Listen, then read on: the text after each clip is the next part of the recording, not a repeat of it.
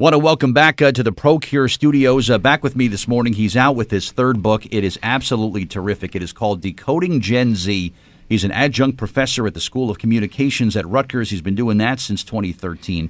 And it is great to have, from Jersey, Mark Beal back with us today in the studio to talk about his brand new book. Good morning, Mark. Great to see you, and congratulations on putting together book number 3. Really great stuff in here. Good morning, and I have to give you credit because you inspired me. When I was here back, I think it was in March or April, you said, what's next? And so when I left here that day, I said, what is next? And it took me a little while, but Gen Z was exactly what needed to be next. Well, I better wrap up today with what's next when we get to 7:30, exactly. But really, congratulations on this. And for anybody that not really really understands what exactly Gen Z is all about, well, hopefully in this segment with Mark here, you're going to understand peep my tweet, spill the tea, drop a pin, and slide into someone's DM. I get to do all these in one day, all these activities. Boy, there's a lot of stuff going on there. And just learning the lingo, Mark, is something that's kind of people are kind of trying to catch up as to what Gen Z means when they talk and tweet, because it's become a completely unique language. It really has. Yeah, and I didn't really realize that until I interviewed over 60 Gen Zers from age 13 to 23, from high school freshmen to those who just graduated college. And maybe 5 or 6 interviews in, I'm hearing these terms and this lexicon. And I said, right. What do you mean? Can you translate? And then I realized as I interviewed more, I said, let me ask them, what terms to use, what terminology? And, a student from the University of Connecticut said, it's the social media we use and the technology we use that lends itself to this terms and terminology, and that's where a lot of it originates from. Gotcha. And even Jim from Highland Park, who called in last hour, I tried some of the lingo on him. I said, Jim, you want young people to be woke? And I think he thought I said egg yolk or something. I don't know. But when you say someone is woke, it's a compliment, right? It means they're kind of like in tune with what's going on every day. They're right? in tune. They're listening to you every morning. They're culturally relevant. They know what's going on in the news, what's going on in the world. That's actually, it is a compliment. You got to be woke because this show is banging. See, I can do it. I can do it. Right. But you mentioned the years there for Gen Z. Somebody born as recently as 2003 is Gen Z? Yeah, so anyone born, I always say anyone born from 1995 on till about 2010 or so. So the range is those who just graduated college in the spring and have joined the workforce, which was another inspiration for the book, and those who are in, believe it or not, first, second grade. So college, high school, elementary school, grammar school. So I'm not Gen Z, but my sneakers that I'm wearing today are definitely Gen Z. So much to learn from this book here. And what I love about it, the style that you write again, Mark, and it goes back to your previous books, the way these are kind of written as lessons. I could put a cup of coffee in the coffee maker while it's brewing. I could read a lesson in your book. I could wait for my computer to boot up and go through a lesson in your book. This was by design, so people can just kind of take this stuff in quickly and kind of digest it, right? Yeah, this was by design, and I did a little bit different on this book, to your point. Still 101 kind of pithy lessons, insights from Gen Z. What I did first with this one was I went out and just looked at any research, any surveys, any studies that were done over the last 2 or 3 years about Gen Z, read those, pulled insights from those. Then I really wanted to vet that with actual Gen Zers, so I conducted 60-plus interviews, in-depth, one-on-one interviews, and then compiled my interviews with the research and turned those into these 101 lessons. It's awesome. And the subtitle, that 101 lessons Generation Z will teach corporate America, for somebody that's sitting in the top floor of some skyscraper in a boardroom, kicking back and laughing like, you know what? Hey, this is a wake-up call for you. Gen Z is here. They're here to stay. And, man, they are going to be heard, and they are going to be changing things. Yeah, and again, one of the reasons I just came out with the book is because the oldest Gen Zers just joined the workforce. Well, next year, the year after, we're going to have more and more, as you said, Gen Zers. I was on the phone with a company out of Princeton yesterday, and they asked me to come in a week or two to speak to their employees because they realize we do need to be ready. That's we awesome. Need to understand this generation as they join our workforce. Yeah, it's such a different, work environment. We had talked about, well, you know what, there was a time that if you weren't 5 minutes early, you were 10 minutes late. But nowadays, people will come in, they'll do their work, they'll do their social media, they'll run out, they'll grab breakfast, they'll grab coffee. Hard-working people, don't get me wrong, but sometimes they're not perceived. The perception is everything, they say. They're not viewed as being hard-working people, but they get more done and just as much done as anybody else, right? They absolutely do. And to your point, older generations like myself, you have to realize that they're not just on their phone having fun. They're actually doing work. They're communicating. They're getting business done. So to them, with technology, they can do work 24/7. They don't physically have to be in an office, in a cubicle somewhere, there at 9, leaving at 5. They can get it done all day, every day, even on the weekends. And that is a trend that I see continuing, and I'm sure you do as well. But putting this together, you said you talk to people one-on-one, and you kind of like you have a pretty good understanding, Mark, as to where we're heading with Gen Z and what we can expect in the future? Yeah, I do. I think the point is, to your point, this is not a lazy generation. This is not a laid-back generation. This is actually a generation that is, entrepreneurial spirited, community-minded, purpose-driven, and again, but technology is at the epicenter. I interviewed a high school freshman from Baltimore, and he said, what's different is we've had technology at our fingertips since age 2. Yeah. He goes, so it's just something that we rely on, but we also utilize to be more efficient, more effective, all those things, whether it's work, social, play, whatever it might be. Yeah, and the gala that I was at last night, I had the privilege of sitting with some young people at my table. Mark, the 3 people to my right, their combined age probably wasn't 60. So I made a point to kind of listen what they were talking about and how they interacted. And they were doing like fantasy football picks on their phone, in between the speeches and the things that were going on. But this is a generation that they're gonna be calling the shots. I mean, they're going to be making decisions for guys like you and I very, very soon. Well, yeah, even at the workplace.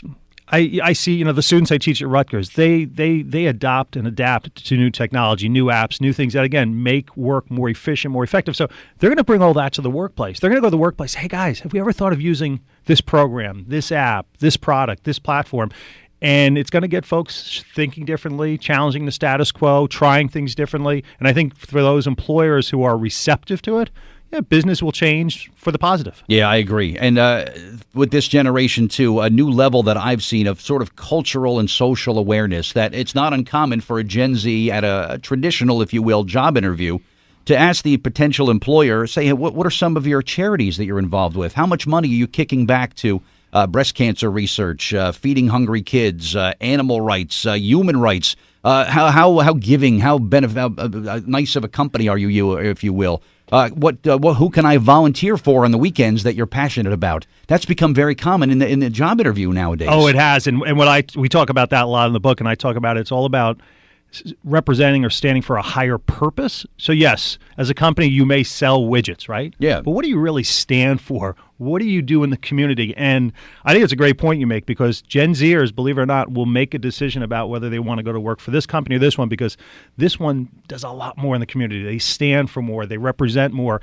So this idea of a higher purpose than just transactional. Right. I can build homes or do a food drive because they fight hunger in the community. That's a company I want to align myself with. Absolutely. So if you're a potential employer, start looking in that direction. It's really important. Yeah, they're looking for that. So to your point, if you're recruiting, new employees, Gen Zers, they're recruiting you. I mean, they're looking at you and determining, is this a place where I want to work for the next 5-10 years?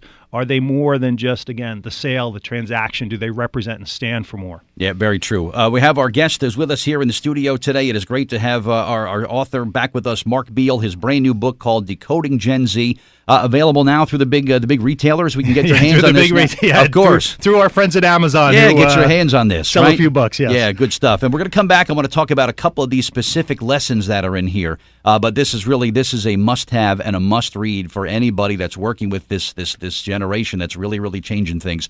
And we'll come back, spend some more time with Mark coming up. Mark Beal is here, author of his brand new book. It's his 3rd book. This one is called Decoding Gen Z.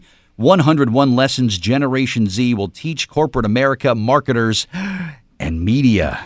That's the important thing for me. And I try to keep an eye on young people and what their listening and viewing habits are.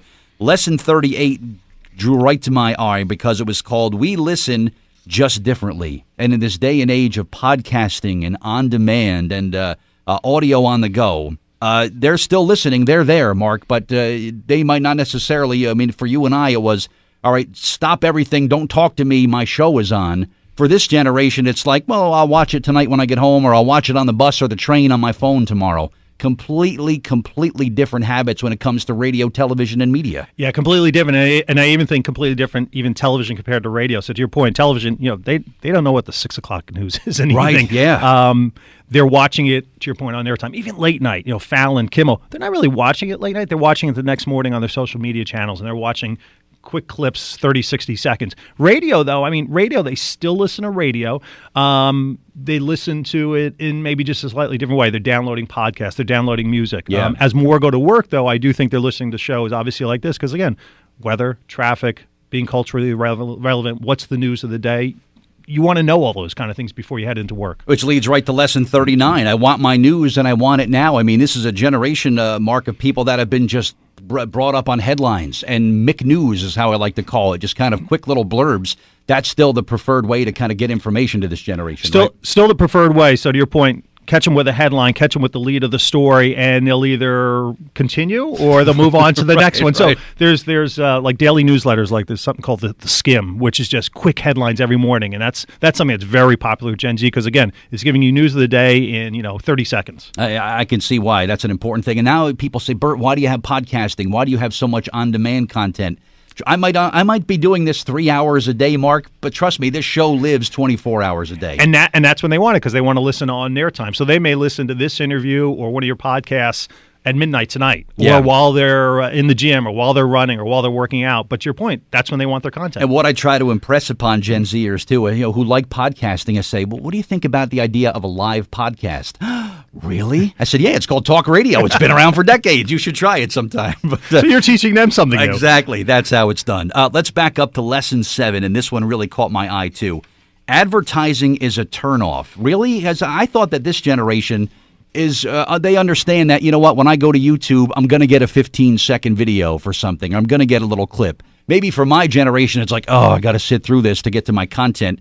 But even for the Gen Z is kind of getting away from that now. I mean, I understand with, you watch programs, you fast forward through the commercials nowadays. Even that, even reaching that argument from an advertiser's perspective has become a challenge. It's a tricky one because advertisers are going to have to figure out how to advertise to kind of a generation that doesn't want to be advertised to. There are definitely ways to do it. They just don't, as you know, they're on Instagram and Snapchat a lot. Well, they just don't want to be bombarded with ads. They'd rather that advertising content be integrated in maybe a more clever way that it just feels natural. It's also, to your point, one of the reasons why they turn to Netflix for a lot of video content, because they can avoid, traditional advertising. I guess they would much rather just pay the monthly subscription and be able to, everything is on their terms. Yeah. It's when they want to watch it, how they want to watch it. They're not bombarded with advertising and things that are in there for revenue. You pay the couple dollars or whatever, and go ahead, just write your own ticket. Yeah, I mean, I think even like from an audio standpoint, you think of like something like Pandora. For the extra couple dollars, I don't have to listen to any ads. So they're like, that's value to them, or that's worth it to them. But marketers, it's a challenge. Absolutely, marketers can still market to them. It may just not be traditional advertising. Yeah, but it will still, and even in smartphone apps, you'll see some banners top and bottom of the page. I guess the word is non-intrusive. I guess it still exists in that level, right? I would say, yeah. I would say exactly that. And then the other thing that we're finding, which may sound different, they're actually craving experiences. So Gen Zers love going places, and they love to interact with brands. So whether it's at a festival, a concert, a street fair, whatever, they love that interaction there. Why? One, because they can all of a sudden shoot content and put it on Instagram. I'm here at this festival with ABC Company, and they're doing this great interactive experience. It's amazing. If it works for their channels, then yeah, I don't mind a brand marketing to me. Interesting. And just some of the specifics, and you have this great glossary of terms in here, which is a lifesaver for people. Specifically the ones that I teased at the beginning of our segment. Peep My Tweet is basically simply, hey, Mark, would you go to WCTC on Twitter and just click the little heart thing or favorite my thing? People ask. People do that? Really? Oh, absolutely. Now, again, people, not you and I don't do that. No. But they do. Hey, I just tweeted something, or I just posted something on Instagram. Go over there and like it. All right, spill the tea as hot gossip or information. I could be like, hey, coming up in 7:30, I'm going to spill the tea on something. Absolutely. So All it's, right. You've got breaking news or hot news or gossip that you're going to share with your listeners. Raquel's going to spill the tea. I like that. All right, drop a pin. Sharing your current location with someone via text. Oh, so like the little, when you look at a map or something that has a location finder, it has that little, almost like a pin that points where you are. Yeah. So I would say, Mark, hey, drop a pin as to where you are today. Absolutely. So one of the big things happening is, they don't plan per se to get together Friday at 8 o'clock at this location. They spontaneously do it by saying, here's where I'm at, anyone else around? And all of a sudden they've created this spontaneous gathering of Gen Zers. I know a lot, but I have a lot to learn still, obviously. So and sliding into someone's DM is direct message someone via Instagram you want to meet. Really? Why don't they just say hello or something, right? Well, through an Instagram or even through Twitter, they can at least introduce themselves and begin a relationship. This is remarkable. This is a must-have for anybody. If you're a parent, a grandparent, you're an employer, and you want to understand your next generation of worker and You know what you expect of them, but they have expectations of you too, and this is a nice way to kind of understand that. Again, just Amazon, search your name or search the title. What's the best way? Amazon. You can search Mark Beal, Beal, and you'll see my other books there. And it's an easy way to kind of distribute books and get books out there because everyone, as we know today, is familiar with Amazon. Yeah, good stuff. So make sure you check that out. And like we wrapped up last time, well, what's next, Mark Beal? When do we get book number 4? See, you asked me that last time, and I left here, and I had an answer. Well, I didn't have an answer when you asked me, so I don't know. We're gonna have to figure this one out. But as you said, the format, the way the 101 lessons seems to be resonate well with folks. So we'll come up with something. Absolutely does. Mark Beal, congratulations on this, and thank you again. I learned a lot just in the half hour that you were here. I've got a lot more to learn, and anybody that gets this book will have a better understanding for the world around them today. So that's always a good thing. So thank you again. All right. Thank you for having me on.